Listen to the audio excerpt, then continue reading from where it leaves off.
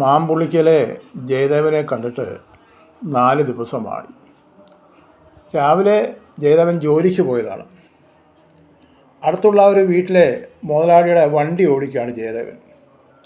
എന്നാൽ ഇന്ന് 4 ദിവസമായിട്ട് ജയദേവൻ തിരിച്ചു വന്നില്ല. ജയദേവൻ്റെ വീട്ടിൽ അച്ഛനും അമ്മയുമുണ്ട്. മൂത്ത 2 സഹോദരിമാരായിരുന്നു. അവരെ 2 പേരെയും വിവാഹം കഴിച്ചു വിട്ടു. പിന്നെ ജയദേവൻ അച്ഛനും അമ്മയും മാത്രമേ ഉള്ളൂ. ജയദേവന് 26 വയസ്സായി, ഇതുവരെ വിവാഹം കഴിച്ചിട്ടില്ല. പല ആലോചനകളും വരുന്നുണ്ട്. അപ്പം വീടിൻ്റെയൊക്കെ പണിയൊന്ന് തീർത്ത് വീട്ടിലെ സാഹചര്യമൊക്കെ ഒന്ന് മാറിയതിന് ശേഷം വിവാഹം മതി എന്നുള്ള ആ ഒരു തീരുമാനത്തിലാണ് ജയദേവൻ മുന്നോട്ട് പോകുന്നത്. നാട്ടുകാരും വീട്ടുകാരും ബന്ധുക്കളൊക്കെ ആയിട്ട് പലരും ജയദേവനെക്കുറിച്ച് അന്വേഷിച്ചുകൊണ്ടിരിക്കുകയാണ്. ഒരു വിവരവും ഇതുവരെയും കിട്ടിയിട്ടില്ല. അച്ഛനും അമ്മയും വീട്ടിൽ വളരെ സങ്കടത്തോടെ ഇരിക്കുകയാണ്. ജയദേവൻ്റെ സഹോദരിമാരൊക്കെ വിവരം പറഞ്ഞ് വീട്ടിൽ വന്നിട്ടുണ്ട്. അങ്ങനെ വീട്ടിലെ ആളുകൾ ഇങ്ങനെ വരികയും പോയി ചെയ്തുകൊണ്ടിരിക്കുകയാണ്. അങ്ങനെ ഇരിക്കുമ്പോഴാണ് പെട്ടെന്ന് ആ വാർത്ത നാട്ടിലെങ്ങും പരന്നത്. അവിടെ നിന്ന് ഒരു 20 കിലോമീറ്റർ അകലെ ഒരു റോഡ് സൈഡിൽ ഒരു കലുങ്ങിൻ്റെ കീഴിൽ ഒരു മനുഷ്യൻ്റെ മൃതശരീരം ചാക്കിൽ കെട്ടിയ നിലയിൽ കണ്ടെത്തിയിരിക്കുന്നുവെന്ന് അറിഞ്ഞു. പോലീസ് വിവരം അറിഞ്ഞ് അവിടെ ചെന്നു. ജയദേവൻ്റെ വീട്ടിൽപ്പെട്ടവരും ബന്ധുക്കളൊക്കെ അവിടെ ചെന്നു. അവസാനം 3 ദിവസം പഴക്കമുള്ള ആ ചാക്കുകെട്ട് അഴിച്ചെടുത്ത് നോക്കിയപ്പോൾ കണ്ടവരും കേട്ടവരും അന്താളിച്ചു പോയി, തകർന്നു പോയി. അത് ജയദേവനായിരുന്നു. ജയദേവൻ അവിടെ വരാനുള്ള കാരണം എങ്ങനെയാണ്? പോലീസ് അതിനെക്കുറിച്ചുള്ള അന്വേഷണമായി.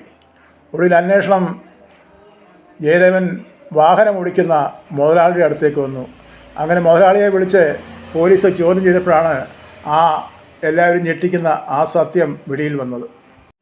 ആ മുതലാളിക്ക് റിയൽ എസ്റ്റേറ്റും പിന്നെ മറ്റ് പലവിധമാകുന്ന ബിസിനസ്സുകളൊക്കെ ഉള്ളവരാണ്.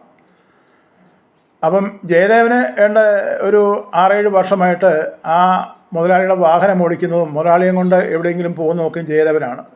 എന്നാൽ മുതലാളിക്ക് എങ്ങും പോകാനില്ലാത്ത ആ ദിവസങ്ങളിൽ ജയദേവൻ രാവിലെ ആ വീട്ടിൽ ചെന്ന് വണ്ടി കഴുകുകയും വൃത്തിയാക്കുകയും ഒക്കെ ചെയ്യുന്ന ഒരു രീതിയായിരുന്നു. ആ മുതലാളിക്ക് ഒരു മകളുണ്ടായിരുന്നു. മകളെ വിവാഹം കഴിഞ്ഞിട്ട് ഇപ്പോൾ 2 വർഷമായി. മകള് ഭർത്താവിൻ്റെ കൂടെ ലണ്ടനിലാണ്. പിന്നെ മുതലാളിയും ഭാര്യയും മാത്രമേ ഉള്ളൂ. മുതലാളിയുടെ പേര് ദേവസി എന്നാണ്.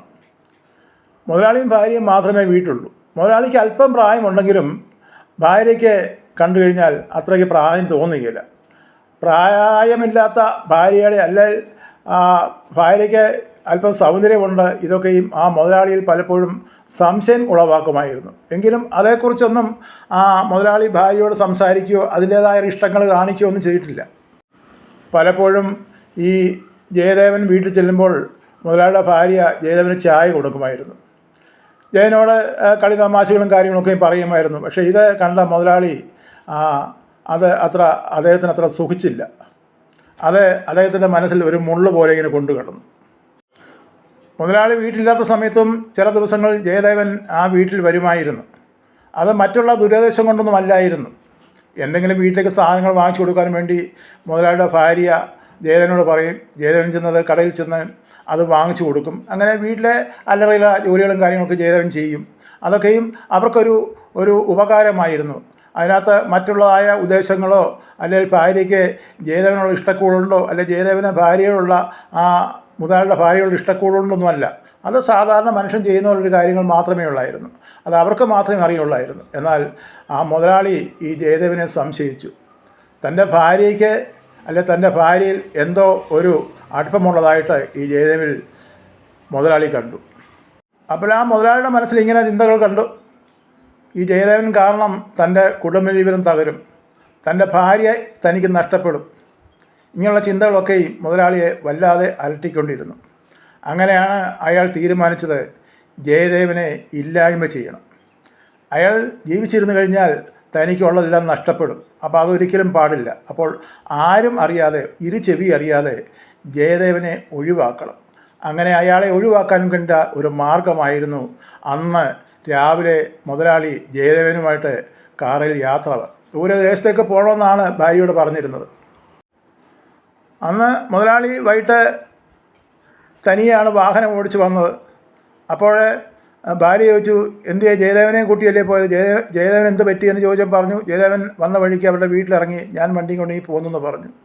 പിന്നെ അതേക്കുറിച്ചൊന്നും ചോദിച്ചില്ല, പറഞ്ഞില്ല. അങ്ങനെയാണ് പിറ്റേ ദിവസം മുതൽ ജയദേവനെ കാണാനെന്നുള്ള വാർത്ത പരന്നത്.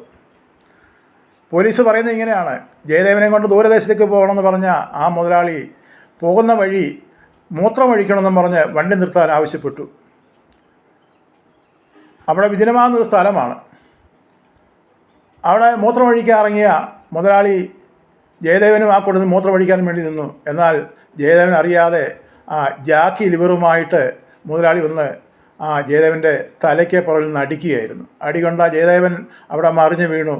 ജയദേവൻ തൽക്ഷണം മരണപ്പെട്ടു. മുതലാളി എല്ലാം നേരത്തെ തീരുമാനിച്ചുറച്ചായിരുന്നു ആ യാത്ര. ചാക്കും ലിവറും ഒക്കെ ആയിട്ടാണ് അന്ന് യാത്ര ആരംഭിച്ചത്. അടികൊണ്ട് ജയദേവൻ ജയദേവൻ മരിച്ചുവെന്ന് ഉറപ്പാക്കി കഴിഞ്ഞപ്പോൾ ആരും ആ വഴിയെ വരാത്തൊരു സ്ഥലമാണ്. ആ മുതലാളി തന്നെ ആ ചാക്കിനുള്ളിൽ ജയദേവനെ വലിച്ചു കയറ്റിയിട്ട് അതിന് തൊട്ട് അപ്പുറത്തുള്ള ഒരു കലിങ്ങിൻ്റെ കീഴിലേക്ക് അവിടുന്ന് തള്ളിയിട്ട് അടിയിലിറങ്ങിച്ചെന്ന് ആ കലിങ്ങിൻ്റെ അടിയിലേക്ക് ആ ശരീരം വലിച്ചു കയറ്റുകയായിരുന്നു. എന്നിട്ട് നാട്ടിൽ വന്ന് ഒന്നും അറിയാത്തവനെ പോലെ ഈ ജയദേവനെ കാണാനില്ലെന്നുള്ളായ ആ അന്വേഷണത്തിൽ ഈ മുതലാളിയും പങ്കുചേരുകയായിരുന്നു. അദ്ദേഹവും കാറുമെടുത്ത് ആൾക്കാരെയും കൂട്ടി പല സ്ഥലങ്ങളിലും പോയി അന്വേഷിച്ചു. എന്നാൽ ഈ വാർത്ത വെളിയിൽ വന്നത് ഒരു വാഹനം അവിടെ വന്ന് നിന്ന് അതിൽ നിന്ന് 2 പേര് ഇറങ്ങുന്നത് ഈ കാട്ടിൽ വിറകൊടിക്കാൻ വന്ന സ്ത്രീകൾ കണ്ടിരുന്നു. അവരാണ് ഈ വിവരം പുറത്ത് പറഞ്ഞത്. ഇങ്ങനൊരു മൃതശരീരം കലിങ്ങിനടിയിൽ കിടക്കുന്ന ഉള്ള വിവരം അത് നാട്ടിലറിഞ്ഞപ്പോൾ ഈ സ്ത്രീകളാണ് ഈ വിവരം പറഞ്ഞത്. ഇങ്ങനെ ഒരു വാഹനത്തിൽ 2 പേർ വന്ന് അവിടെ നിന്നു, ഇതുപോലെ അവർ സംസാരിക്കുന്നത് കണ്ടു എന്ന് മാത്രമേ ഇവർ പറഞ്ഞുള്ളൂ. അതാണ് ഈ മുതലാളിയിലേക്ക് അന്വേഷണം വന്നത്. മുതലാളി പോലീസ് കീഴടങ്ങിയില്ല എങ്കിലും പോലീസ് മുതലാളിയെ അറസ്റ്റ് ചെയ്തു, ലോക്കപ്പിലാക്കി. ഇന്ന് ആ കേസ് നടക്കുകയാണ്.